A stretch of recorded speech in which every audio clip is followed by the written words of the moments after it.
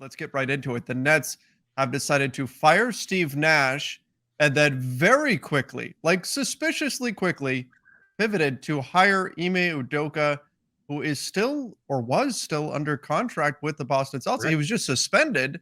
So, Keith, what is going on here? I know you're going to have the Boston perspective up for us.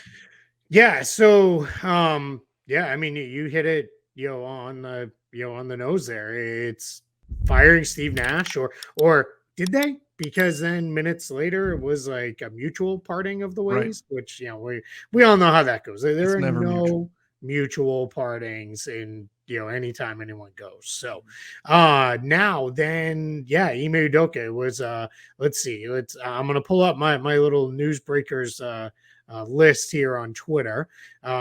Nash was let go. The Nets put that out there at 12:52 Mm-hmm. Eastern.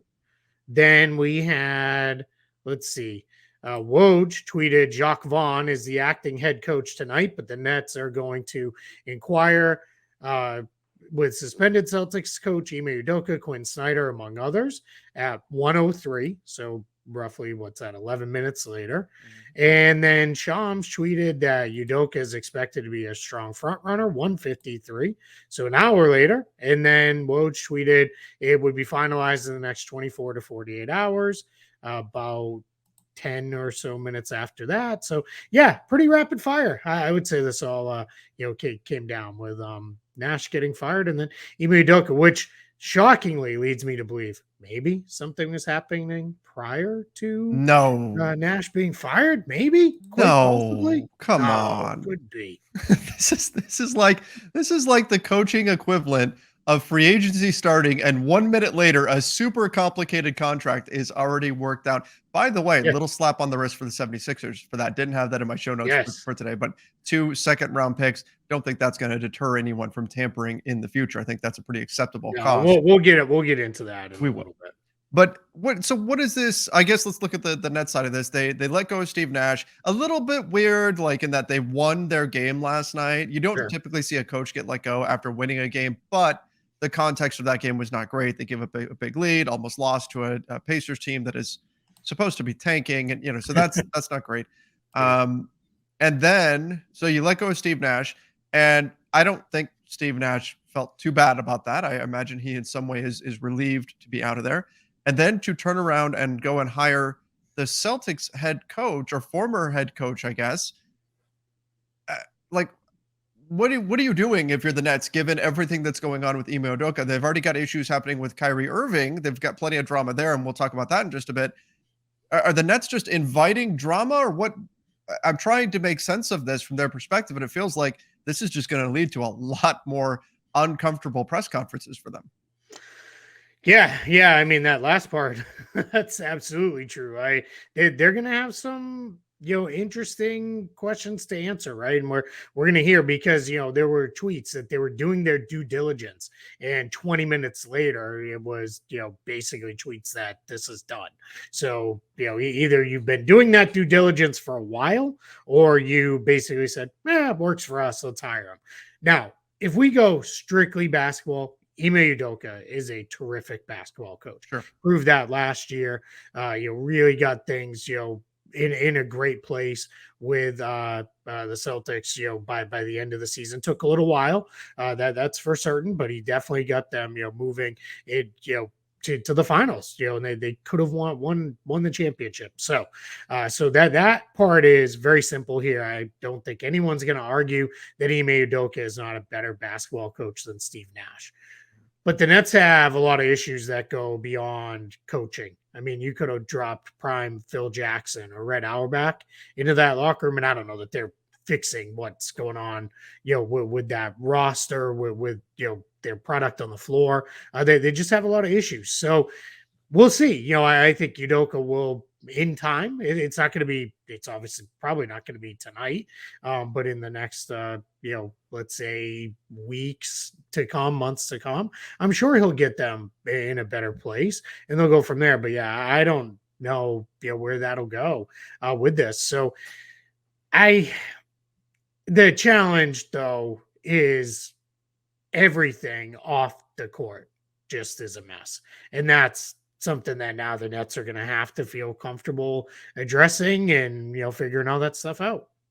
If that's going to be the challenge for them, is how do you, manage this whole situation from here? Obviously, optics are not good with what's going on here in terms of going from Steve Nash to Ime Udoka, who's got some stuff following here from Boston, and so sorting through all of this is not going to be easy for a Brooklyn team that has underperformed. Is there a path to this working out for the Nets, that Ime Udoka becomes the spark that they needed? I mean, there's certainly talent on this team. Can this actually work for them, or are they just going to drown in a sea of bad optics here?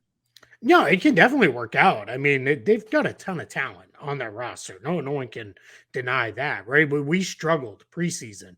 We were doing our predictions, like where do we put them? Because, and tell me if I'm wrong on your read, we both believe in their talent, Yes. right? We both think, this team is loaded talent wise. It was just, is it going to stay together? Is it all going to go completely sideways and fall apart? They've definitely got some injury stuff they're working through still. Seth Curry, Joe Harris, still, you can tell, even when they are playing, they're not 100% right, but hopefully they'll get there. There's always injury risk at this point with KD and Kyrie. They've both missed considerable time over the years. Ben Simmons is out right now with a sore knee. There's a lot of stuff out there of, what's really going on with him, on the court. You can see he's not the player he was with Philadelphia, and maybe that's where it goes. But yeah, if Ime Udoka can come in there and get these guys to play up to their abilities, which that's really going to be what he's tasked to do, yeah, this team could be great, right? I don't think there's any real question about that, and they could be right in the mix to go to the finals. There's just a lot of stuff, when you go through it, of if, once you get past one or two ifs, that starts to be a little shaky, that you think you're going to fix it all at once. Yeah, absolutely. Should the Celtics have been expecting some sort of compensation? I know the situation with Ime Udoka is a difficult one, so maybe Sure. they just want to wash their hands of it. But typically, when you see a coach under contract wind up with another team, well, we do have some precedent of some sort of draft compensation being. I mean, we think about Doc Rivers with the Clippers and that type of thing. Yeah, couple things on that. So the Doc Rivers situation, which also obviously involved the Celtics, there is the NBA did not like that. They do not want coaches or front office executives being traded, per se. They don't even really want in exchange for releasing them from a contract, we're going to give you, picks or anything like that. It's just something that the league is not comfortable with. They basically let that be known after the Rivers situation happened. I think that was very much treated as, hey, we're going to allow this, but this is not a thing. We want to become something that is a regular occurrence. Now, from the Celtics side, with this one is, there seems to be some building, thought out there reporting. I'm sure we'll get official word, whether it's, truly official through the team, or just, one of the good reporters who covers them or covers the league nationally, gets the story of the Celtics, didn't want compensation because they're basically washing their hands of the situation, saying, we're done. He's gone. Not our problem to deal with anymore. Off we go. But there is a, good, strong subset of Celtics fans they should have told the Nets, no, like, give us something. Yeah. Now people wanted, people were already saying, like, they should get Nick Claxton for him, which is, like, you still would have had to make a trade where there would have had Right. to be something salary wise, and that gets super complicated. A But second rounder or something. exactly, yeah, give us a couple second rounders, give us a first rounder. I think people think that's what you got for Doc Rivers, so you should get a first rounder for him in that situation. But it's, that's not the way it appears it's going to have gone. Nothing is done yet. We're not getting anything, official details yet, but we'll see, if anything happens. But it seems like, as of right now, it's just going to be, off we go, and it's not going to be there's not going to be anything more that happens.